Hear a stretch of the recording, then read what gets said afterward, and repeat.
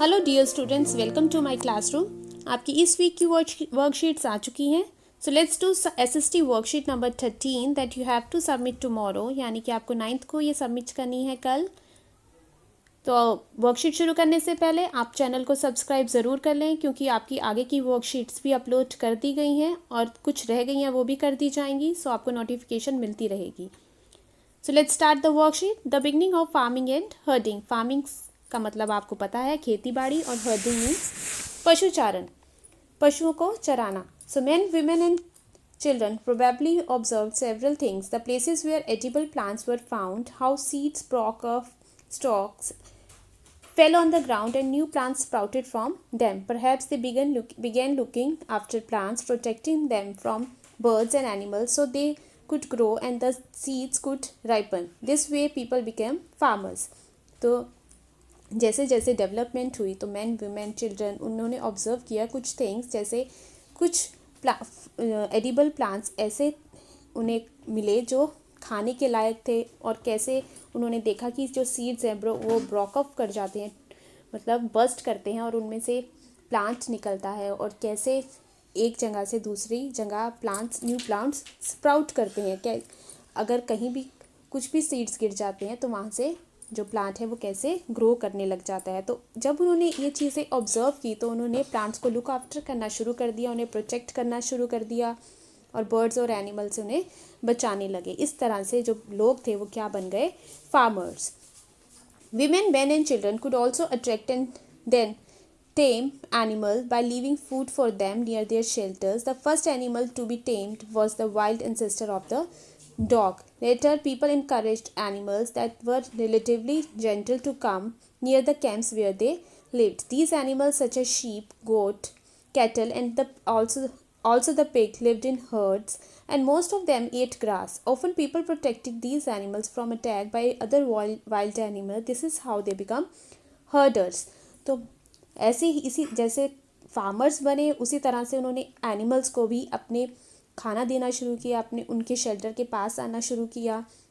और सबसे पहले उन्होंने डॉग्स को, जो डॉग्स हैं उनको टेम किया, और इस तरह से वो एनिमल्स जैसे शीप, गोट, कैटल, पिग, इन सब को हर्ड करना, मतलब उनको चराना शुरू कर दिया, और उनको वाइल्ड एनिमल्स से प्रोटेक्ट करने लगे।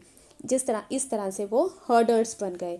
सो domestication is the name given to the process in which people grow plants and look after animals. तो डोमेस्टिकेशन किसको नाम दिया गया? इस प्रोसेस को, जिसमें जो लोग थे उन्होंने प्लांट्स को ग्रो करना शुरू कर दिया और साथ में एनिमल्स को लुक आफ्टर करना शुरू कर दिया, मीन्स उनकी देख रेख करनी शुरू कर दी। Very often plants and animals that are tended by people became different from wild plants and animals. और इस तरह से जो जिन एनिमल्स और प्लांट्स को उनका ख्याल रखना उन्होंने शुरू किया, वो डिफरेंट होते गए वाइल्ड, जो जंगली प्लांट्स और एनिमल्स थे उनसे। This is because people select plants and animals for domestication. For example, they select those plants and animals that are not prone to diseases. उन्होंने उन plants और animals को select किया जो इनको बीमारियां नहीं लगती थी या बहुत कम होती थी। So a new wave of life. If you plant a seed, you will notice that it takes some time to grow. This may be for several days, weeks, months, and in some cases years. तो जब भी हम कोई seed grow करते हैं, हम notice करते हैं कि उसको कुछ time लगता है grow करने में। हो सकता है कि कुछ दिन लगे, कुछ वीक्स लग जाएं, या महीने भी लग जाएं, और कई बार साल भी लगते हैं कुछ प्लांट्स में। So when people began growing plants, it meant that they had to stay in the same place for a long time looking after the plants. अब जब उन लोगों ने प्लांट्स लगाने शुरू कर दिए तो इसका मतलब उन प्लांट्स की केयर करने के लिए उन्हें वहीं पर रहना होता था, उसी प्लेस पर जहाँ पर वो उनको ग्रो करते थे।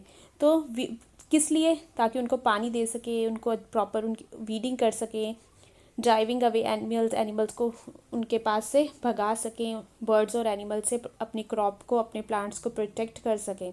And then the grain had to be used carefully, as grain had to be stored और for both food and seed, people had to think of ways of storing it.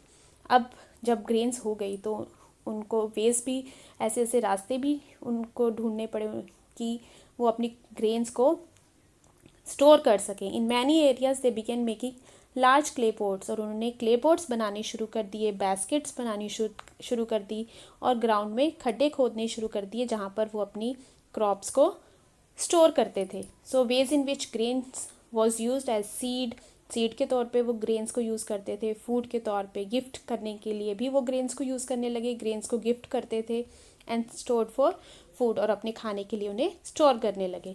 So how did people become farmers, लोग farmer कैसे बने? सो यहीं से आप answer लिखेंगे. So how they become farmers, they began looking after the plants, protecting them from birds and animals so they could grow and seeds could ripen. In this way people became farmers. तो इस तरह से वो farmers बन गए. Second question है आपका,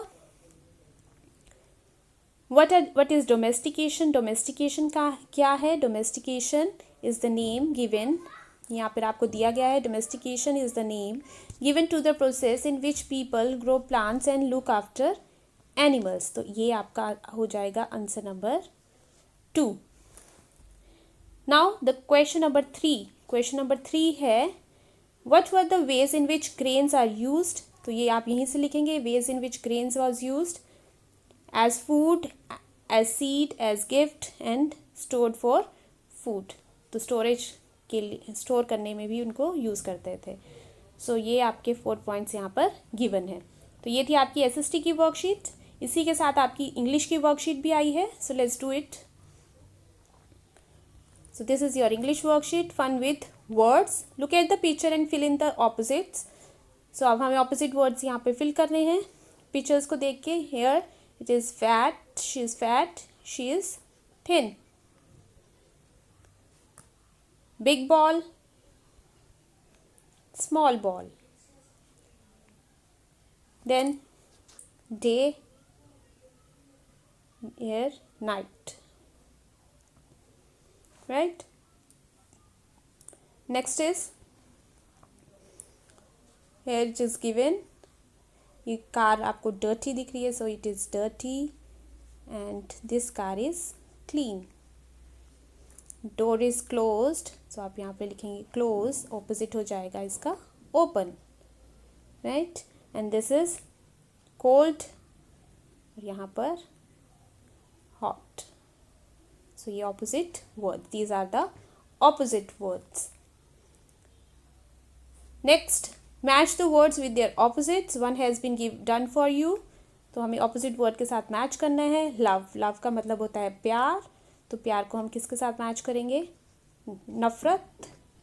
सो उसकी हम करेंगे hate. good, अच्छा, बुरा, बैड.